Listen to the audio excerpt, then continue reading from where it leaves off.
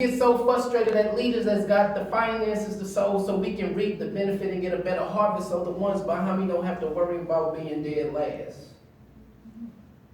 Maybe, just maybe, if the generation before me will realize just because you retired from your actual job doesn't mean you retired from spiritual teaching. I'm just realizing I'm tired of people talking about preaching, and maybe just because I'm a third generation minister don't mean I'm better than you. I just know how to handle traditions and bring it back to fruition.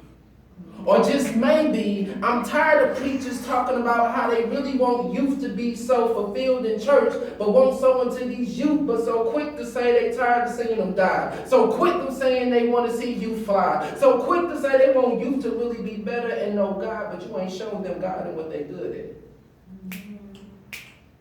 So quick to say that kids don't listen. I'm just realizing they soak up the hood so much, that's why they don't pay attention. So quick to say young girls ain't worthy of being queens of Proverbs or virtuous women, but some women in the church ain't showing them what it's like to be a virtuous woman. So quick to say that young men need to stop sagging. Well, Pastor, when will you stop sagging? Pastor, when will you stop smoking? Pastor, when will you stop hating? Pastor, when will you actually sit down and let some of us step up so the ones behind us can step up? Obviously, I got to a point. It's amazing how pastors will let you go through a text message but won't tell you face to face that they intimidated by you because obviously you a special force type of preacher that'll put a preacher down in his place.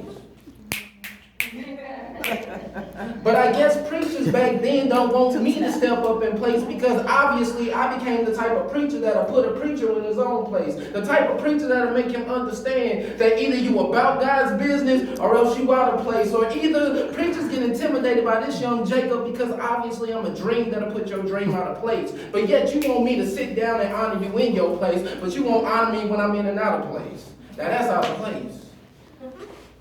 Or preachers want to pray for your dream to prosper in all 50 states and then try to snatch it back like it's a paper plate and wonder why I can't sit here in your plate. I've been sitting in your tabernacles for 3 years, and the last 2.5, close to 3, it's been dead weight, spiritually dead, wondering why my blessings can't even come out springing forth like a well. This is why I'm so sick of church. This is why I'm so sick of preachers just telling me to sow in and watch God give in, but you won't give in and sow in. That's why God ain't giving the increase. That's why God won't tear the veil in this holy vicinity. And maybe that's the reason why the youth can't live freely in God, because you ain't free in God. You so close to pimping God to the point that God can't even notice you.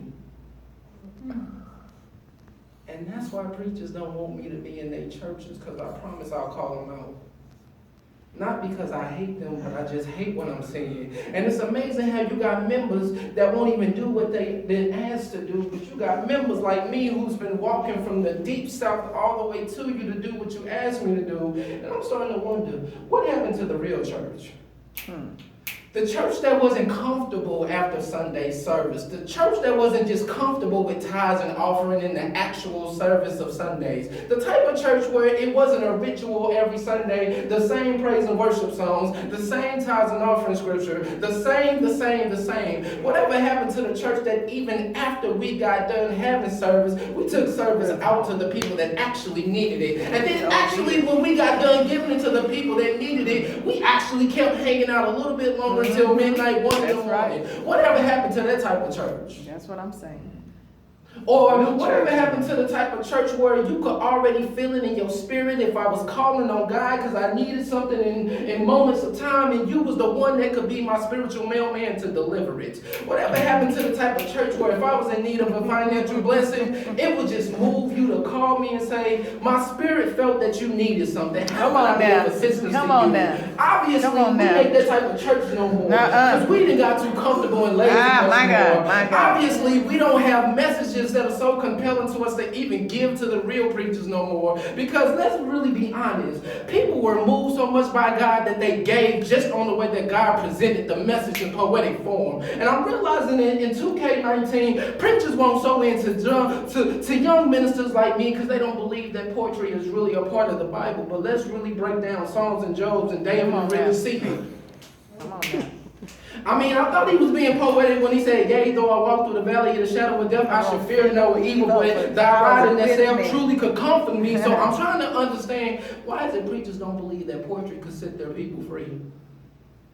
But didn't my father speak in parables? Yes, he did. And in stories? He did. Didn't one of them say, creating me a clean heart? Yeah, Wasn't verse- that poetry? Or maybe I'm just overthinking and reacting. Come on. Or some preachers consider me being snappy. Or some say I'm just a little bit over my head. I should sit still and wait until they find the proper time to use me and ordain me, because obviously some ain't ready to give up their seats. And some of these deacons and elders ain't ready to give up their seat. So they sit up there all the way till 80, 90, 100 until they die in that seat. Wondering why kids are crying in their seats. Wondering why mothers and daughters can't get along in these seats. Wondering why black men can't even walk and get along in these streets, because you ain't teaching them love from the Bible that sits in you. See, some of these young black kings you can't reach unless you tell them the story in some jeans with holes in them. And that doesn't mean that you ain't still an ordained minister. It just means they want to see how real you are with God. Because I'm learning in my generation and the ones ahead of me, they tired of seeing suits. They're tired of seeing suits. They're tired of seeing three-piece suits on preachers as if that's supposed to convict them. Obviously, you ain't took time to take lunch and eat with them and really understand them. And that's why God got to send somebody like me all in 50 states just to show them that they're great.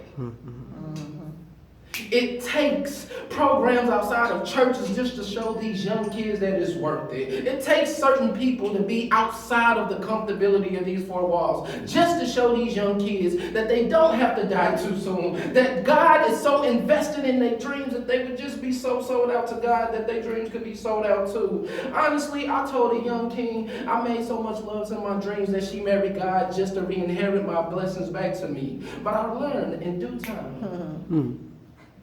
Preaching is not about the pulpit. It's what I'm doing before and after the pulpit. My preaching ain't just on Sundays and Bible studies, but it's really Tuesdays, Thursdays, Fridays, and Saturdays when they need me the most. Preaching ain't always about what I say. It's about what I do and what I give when I least have the words to say. Preaching ain't always about my good days. Real sermons come from days when I'm irritated, aggravated, angry, starving, hungry, emotional, because last time I checked, God had feelings. So why is it I can't have them? Maybe if we cried together in God's house and actually loved each other. Maybe if we asked for true forgiveness. Maybe if we just take time to cast all of the burdens we've been carrying together and release them together. Maybe then the veils in the church could be torn and you could really grab the community the way that they needed to. But until then, this is the reason why God and the youth are nowhere near inseparable. This is why the youth and God are like highways intersecting past each other and Jesus can't be the bridge. Because preachers don't use the millennials to get the kids. So one day, I pray there's a minister who will send me to bring the youth so that they don't die another day. Thank you. Amen.